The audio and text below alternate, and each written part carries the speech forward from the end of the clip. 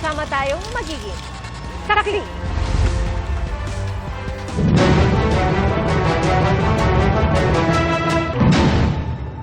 Mga kapuso, bago sa saksi, ilang barangay sa Maynila ang walang kuryente ngayong gabi matapos mabagsakan ng crane ang mga kawad ng kuryente. Doble perwisya yan sa mga residente lalo't sumabay pa ang rotational water interruption. Saksi, si Katrina Son. Alas 10 ng umaga kanina nang magulat ang mga residente ng Barangay 664, Zone 71, District 5 sa Maynila dahil sa narinig nilang malakas na dagundong. Galing pala sa crane na ito na ginagamit sa isang construction site sa lugar. Bumagsak at sumabit sa mga kawad ng kuryente. May bumagsak na crane along Romualdez Street, dyan mismo within the vicinity. Dahil sa insidente, ilang barangay sa lugar ang nawala ng kuryente. So 3 barangay po yung involved po sa nangyari pong insidente dito na nawalan po ng kuryente. Tingin namin parang hindi po magagawa kasi based on our parang nasa kalahati pa lang sila ng ginagawa nilang poste. Una daw silang sinabihan na aabutin lang ng 8 oras bago maayos ang natumbang crane. Ngunit inabot na ng gabi ay hindi pa ito naaalis. Perwisyo raw sa mga residente lalo't napakainit. Sinabayan pa ng rotational water interruption. Wala po kaming tubig, wala din pong ilaw, sobrang perwisyo po. Naantok na yung aking apo. Dami pang lamok. Ang inaalala lang po namin yung mga bata. Kahit di na kami, mga bata lang. Ang importante, may kuryente at tubig po. Kayang ilan, planong makitira muna ngayong gabi sa mga kamag-anak. Opo, baka po umuwi po muna kami sa family po ng husband ko po. Sa Tondo po, baka po umuwi po muna kami doon. Doon po muna pa kami makikitulog po. Puspusan naman ang ginagawang pagkukumpuni ng kawani ng Meralco.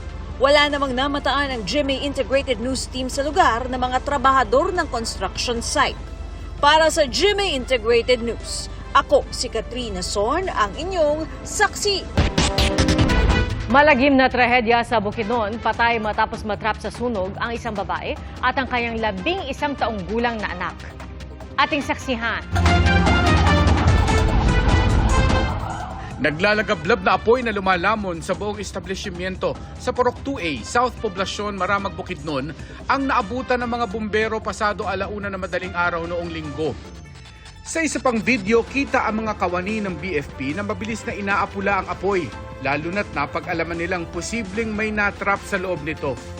Nang maapula ang apoy, natagpuan ng mga bumbero ang mga sunog na katawan ng isang ginang at kanyang anak sa loob ng nasunog na establishmento. Wagi na mo naluwa sila kaya pag humanong gani sa kuan dito na mo sila nakitaan dito na sa may hagdan wa na gid sila kaabot sa ubos. Lumalabas sa investigasyon na bago pa sumiklab ang malaking apoy, nakalabas na ang ina kasama ang kanyang mister na stroke patient. Pero bumalik ang ina sa loob para kunin ang kanyang 11 anyos na anak na babae nang nalaman niyang hindi pa siya nakalabas. Daghan man gud nga tulog sir kay daghan bisita ani sa tag-iya kay murag na birthday sa pagabuntag na selebrasyon birthday.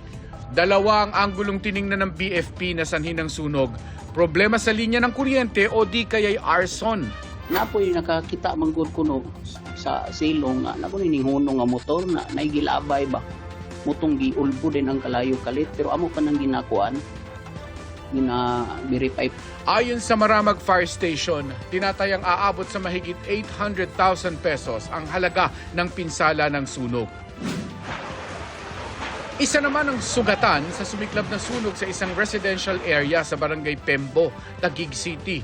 Ayon sa Bureau of Fire Protection, isinugod sa ospital ang naturang individual matapos magtamo ng paso sa kanang braso nito.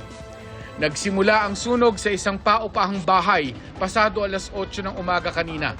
Tinatayang nasa 8 pamilya o katumbas na 26 na individual ang naapektuhan ng sunog. Iniimbestigahan pa ng mga otoridad ang sanhi ng pagsiklab ng apoy. Para sa GMA Integrated News, ako si Mark Salazar, ang inyong saksi. Mahaharap sa reklamang reckless imprudence resulting in damage to property ang driver ng puting SUV na nahulikam na humarurot pa atras at nagpaikot-ikot pa sa isang gasolinahan sa Quezon City. Saksi, si Rafi Tima. Nakuha na ng video ang SUV na ito na humaharurot pa atras sa bahagi ng North Fairview sa Quezon City kaninang tanghali.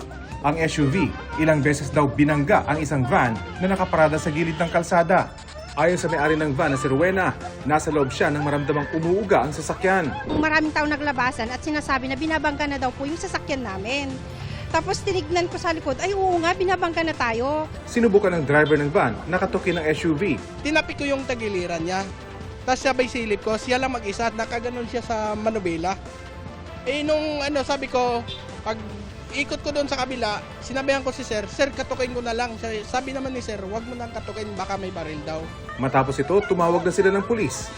Sa halos 20 minutong paghihintay, hindi raw lumabas ang driver ng SUV. Sa video ito na nag-viral, makikitang kinakausap na ng pulis ang driver ng puting SUV mula sa bintana ng sasakyan. Maya-maya, dahan-dahang umatras ang SUV hanggang sa kumarurot pa atras at pumasok sa isang gasolinahan. Ilang beses ito nagpaikot-ikot doon dahilan para mabangga ang ilang gamit tulad ng drum ng tubig at protective barrier ng gasolinahan. Napatakbo ang mga tao. Nang humupa ang sitwasyon, lumabas ang driver ng SUV pero tila hindi raw alam ang nangyari. Sabi ko, Sir, ano po bang nararamdaman niyo? Sir, alam niyo pa ba yung nangyari? Sabi, hindi ko alam eh. Ang alam ko lang, may tumama na sa akin dito, masakit nga eh. Kung saan ba kayo galing, Sir? Sabi niya, sa Makati pa ako. Ayos naman siya makipag-usap, Sir. 3 sasakyan ang binangga ng SUV. Wala namang nasaktan. Inaalam pa kung magkano ang halaga ng pinsala. Sinusubukan pa namin hinga ng pahayag ang driver ng SUV na 68 taong gulang at retiradong miyembro ng US Navy.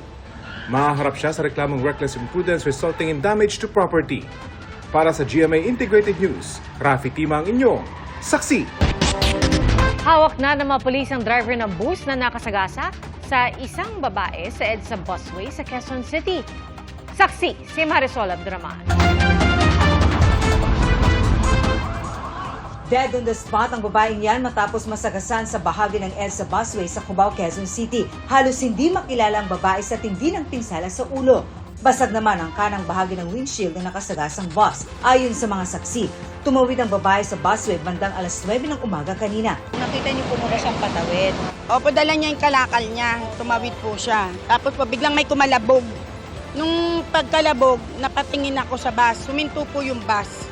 Kwento naman ng isa sa mga sakay ng bus, lumusot sa pagitan ng mga concrete barrier ang biktima matapos tumawid. Iniwasan na niya yung mga sasakyan dyan para tumakbo siya. Tapos tumakbo siya, yun din ang dating ng bus. Hindi na makontrol kasi bigla siyang sumulpot. Pag-amin ng driver ng bus, hindi niya nakita ang babae. Hindi niya siya napansin sa malayo. Hindi na po, ma'am, medyo traffic po dyan. Kaya natakpan siya sa mga sasakyan dyan. Bigla siyang tumawid. Napansin ko na, ma'am, sa harapan ko na, ma'am. Hindi rin daw mabilis ang pagpapatakbo niya sa bus. Kasi puno po ako ng pasahero. Pasensya na po kayo, di ko sinasadya yun, ma'am. Ayon sa nakuha naming informasyon, ma'am, galing sa bus driver, ang kanya pong takbo ay 30 kilometers per hour. Pero amin pa pong aalamin sa CCTV po namin na makukuha. Ayon po sa kanyang salaysay, ma'am, ay yung babae daw po ay bigla pong sumalpot. Mahigit 1 oras nang hindi madaanan ang busway na ito sa bahaging ito ng Cubao. Kaya naman ang mga bus sa regular lane na dumadaan kaya kapansin-pansin ang pagbagal ng daloy ng mga sasakyan dito sa EDSA. Nasa kustudiya na ng pulisya ang driver. Sasampahan pa rin po ng kaso na reckless imprudence resulting in homicide. Bawal na bawal po talaga tumawid po dito kasi po bawal way po ito, delikado po talaga ito. Bawal po talaga. Marami po tumatawid. Ilabesa po sinabihan namin, ayaw po rin talaga. Para sa GMA Integrated News, Marisol Abduraman, ang inyong saksi. Muling nag-issue ang COMELEC ng show cause order laban sa isang kandidato sa Pasig na dati nang pinuna dahil sa kanyang sinabi ukol sa mga solo parent. At pinagpapaliwanag siya ngayon ng COMELEC dahil sa sinabi naman niya tungkol sa katawan ng kanyang staff. Saksi, si Dano Tingkungko. Wala pang 1 linggo mula nang iutos ng COMELEC na magpaliwanag si Pasig Congressional Candidate Attorney Christian Sia dahil sa pahayag na ito tungkol sa mga solo parent. Minsan sa 1 taon, ang mga solo parent na babae na nireregla pa, pwedeng sumiping ho sa akin. Pero may panibagong show cause order ang COMELEC para sa kanya dahil sa isa pa niyang pahayag noong April 3. Para kasi patunayang hindi anya siya manyak, iniharap niya sa hiwalay na kampanya ang isa niyang staff. Pakita ka lang, para hindi ka pagselosan. Yan. Yan ho ang staff. Ano ba itsura mo nung nakaraang 15 taon? Payat? Hindi. Mataba ka na. Ang puto! Yan ho ba ang magiging staff ng manyak? Di ba? Pagkatapos ay binanggit naman ang edad ng isa pang staff. 59 years old. Dio. Pagdating mo sa babae, malinaw po. Ang babae ay nire-respeto at minamahal. Binigyan ng COMELEC ng 3 araw si Sia para magpaliwanag kung bakit hindi siya dapat sampahan ng election offense o petition for disqualification.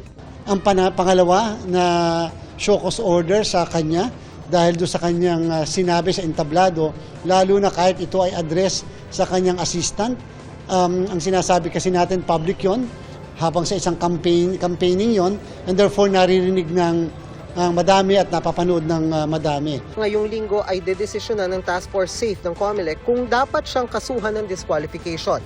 Inihain na ni Sia ngayong araw ang kanyang paliwanag sa naunang show cause order.